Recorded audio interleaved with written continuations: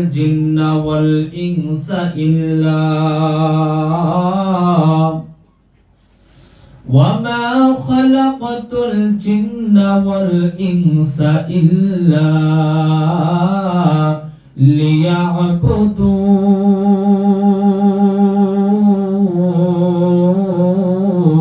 লিয়াবুদুন। আল্লাহ তাআলা বলেন, গোলাম, এই পৃথিবীর ভিতরে আমি তোমাকে সৃষ্টি করার একটা উদ্দেশ্য, একটা মাকসাদ, তার নাম হলো আমি রবের গোলামি। আমরা যেভাবেই থাকি না কেন, যে হালতেই থাকি না কেন, প্রত্যেক হালতেই প্রত্যেক অবস্থায় একমাত্র কেবলমাত্র একজনেরই গোলামি করব। কথা বলেন, তিনি কে? আল্লাহ। সম্মানিত হাজিরিন, এই গোলামি করার জন্য অনেক পদ্ধতি, অনেক নিয়ম আছে। তার ভিতরে একটা পদ্ধতি হলো মাদ্রাসায় যারা লেখাপড়া করে তারা যতক্ষণ আল্লাহর কালাম তেলাওয়াত করে, যতক্ষণ মাদ্রাসার ভিতরে থাকে, ততক্ষণেই রবের গোলামি হয়। বলেন সুবহানাল্লাহ। কারণ গোটা পৃথিবীর ভিতরে আল্লাহ তাআলার কাছে সবচাইতে দামি এক শ্রেণীর মানুষ, তারা কারা? আল্লাহর পয়গম্বর বলেন, খায়রুকুম মান তাআল্লামাল কুরআনা ওয়া আল্লামা। আল্লাহর পয়গম্বর জানায় দেন, খায়রুকুম মান তাআল্লামাল কুরআনা ওয়া আল্লামা।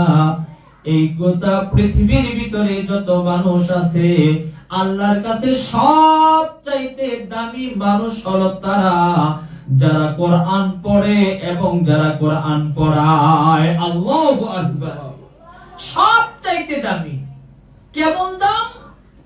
তাফসীরে কিতাবের ভিতরে আসছে, পয়গম্বরে আরবি রহমতে আলম দু জাহানের বাদশা নবী মুহাম্মদুর রাসূলুল্লাহ সাল্লাল্লাহু আলাইহি ওয়াসাল্লাম তিনি বয়ান করেন, ও দুনিয়ার মানুষেরা শোনো, যে ব্যক্তি আল্লাহ তাআলার কালাম পড়ার জন্য, শিখার জন্য ঘর থেকে বাইর হয়, পয়গম্বর আরবি বলে, ওয়াতাযাউল মালাইকাতা আজনিহাতা রিদান লিতালিবিল ইলম আও কামা ক্বালান নাবিয়্যু আলাইহিস সালাতু ওয়াস সালাম।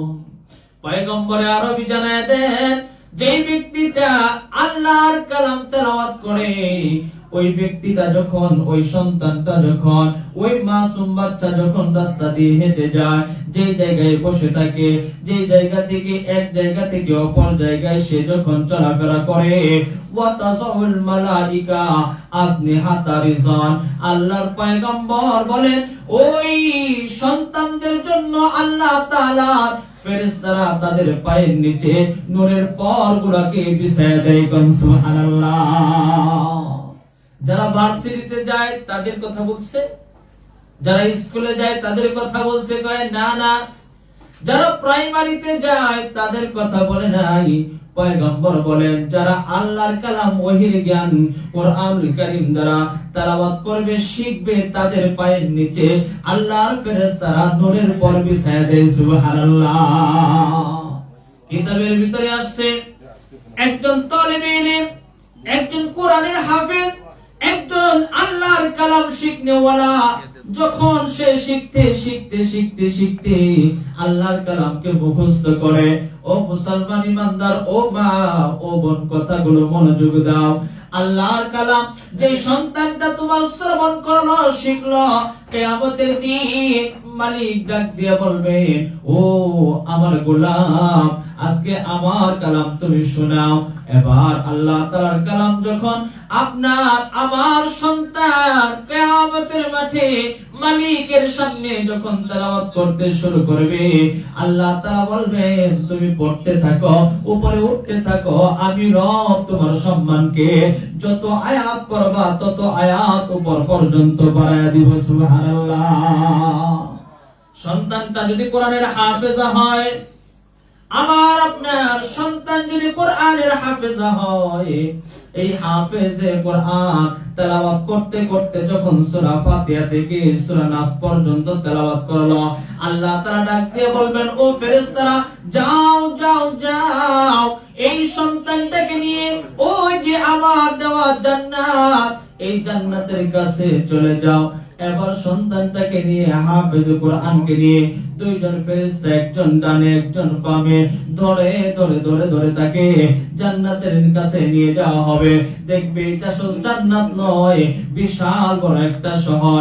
এই শহরটা শুধুমাত্র কেবলমাত্র আপনাদের এই ডোমার এলাকার মতো নয়, এরকম ভাবে উত্তরবঙ্গের মতো নয়, বাংলাদেশের মতো নয়, এত বড় হবে, এত বড় হবে।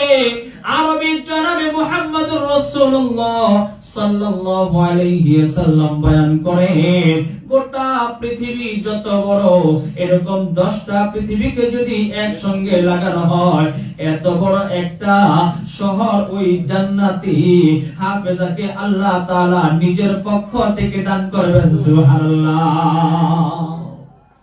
হাফেজা যখন হাঁটতে হাঁটতে তার জান্নাতের কাছে যাবে, আল্লাহু আকবার, জান্নাতের কাছে যাবে, এমনই তো অবস্থায় আল্লাহর পয়গম্বর বয়ান করেন, এমন একটা শহরের ভিতরে ঢোকার সময় একটা বিশাল বড় গেট দেখতে থাকবে। এই গেটটার মধ্যে লেখা থাকবে জান্নাত ওই ব্যক্তির জন্য যে কোরআনের হাফেজা হয়েছে। আল্লাহু আকবার। এবার এই সন্তানটাকে শহরের ভিতরে নিয়ে যাওয়া হবে। গোটা শহর এত ক্লিন, এত পরিষ্কার। এই শহরটা দেখতে দেখতে বিশাল বড়, দেখতেছে এখানে একটা ঘর, এত বড় বিশাল ঘর। এটা হলো এই হাফেজার জন্য একটা জান্নাত। এই জান্নাতের উপরে একটা লেফট দিয়ে লেখা তুবা জান্নাত। সুবহানাল্লাহ। জান্নাতি মানুষগুলো ডাকতে থাকবে, ও হাফেজা, তুমি এই ঘরে প্রবেশ করো, আল্লাহ তাআলা তোমার জন্য এত সুন্দর করে এই ঘরটাকে বানিয়েছে। হাফেজা ডাক দিয়ে কয়, না না, এই ঘরে তো আমার নাম লেখা নয়, এটা তো তুবার জান্নাত। বলতেছে তুবা নামক যত জান্নাত আছে, সমস্ত জান্নাত গুলো আল্লাহ তাআলা এরকম ভাবে হাফেজার জন্য আল্লাহ তাআলা বরাদ্দ করে দিয়েছেন। সুবহানাল্লাহ। তাহলে আমরা এরকম জান্নাতি মেহমান হতে চাই কি চাই না?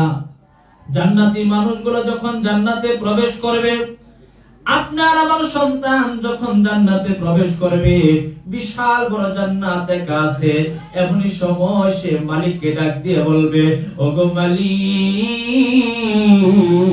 এই জান্নাতে আমি একা থাকতে চাই না। এই জান্নাতে আমি একা কেমন করে থাকবো?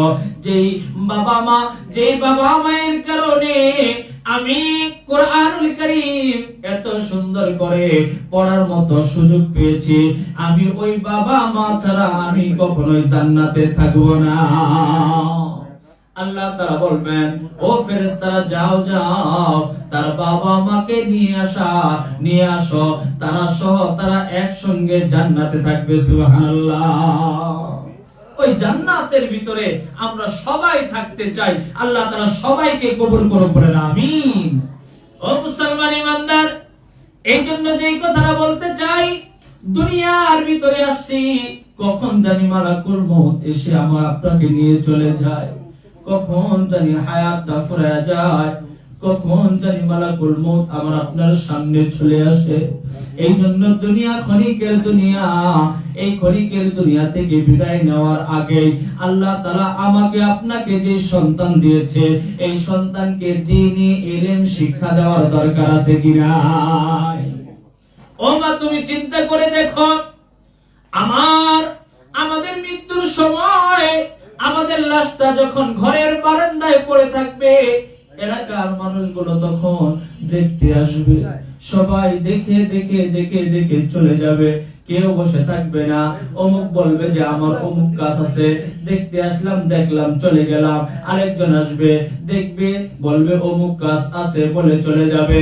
কিন্তু তোমার যে সন্তান, যেই সন্তানকে তুমি কোরআনের হাফেজ বানাইলা, এরকম ভাবে আলেম বানাইলা, এই সন্তানটা তোমার মাথার শিয়র থেকে কখনো সরবে না, বরঞ্চ সর্ব অবস্থায় এই সন্তানটা তোমার শিয়রে বসে বসে বসে বসে আল্লাহর কালাম সূরা ইয়াসিন তেলাওয়াত করতেই থাকবে। সুবহানাল্লাহ। আর পয়গম্বরে আরবি বলেন, যে সন্তান তার বাবার জন্য, মায়ের জন্য, আজানের পরে বাকি আলোচনা হবে ইনশাআল্লাহ। আমরা সকলে আজানের জবাব দিই।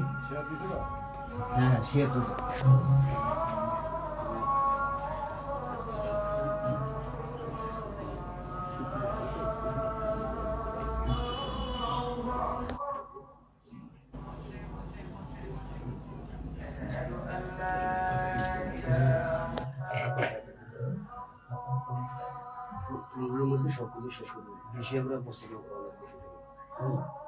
একটা 20 মিনিটে মসজিদে রওনা দেবো ইনশাআল্লাহ। আধা কলম কাদা আনবে।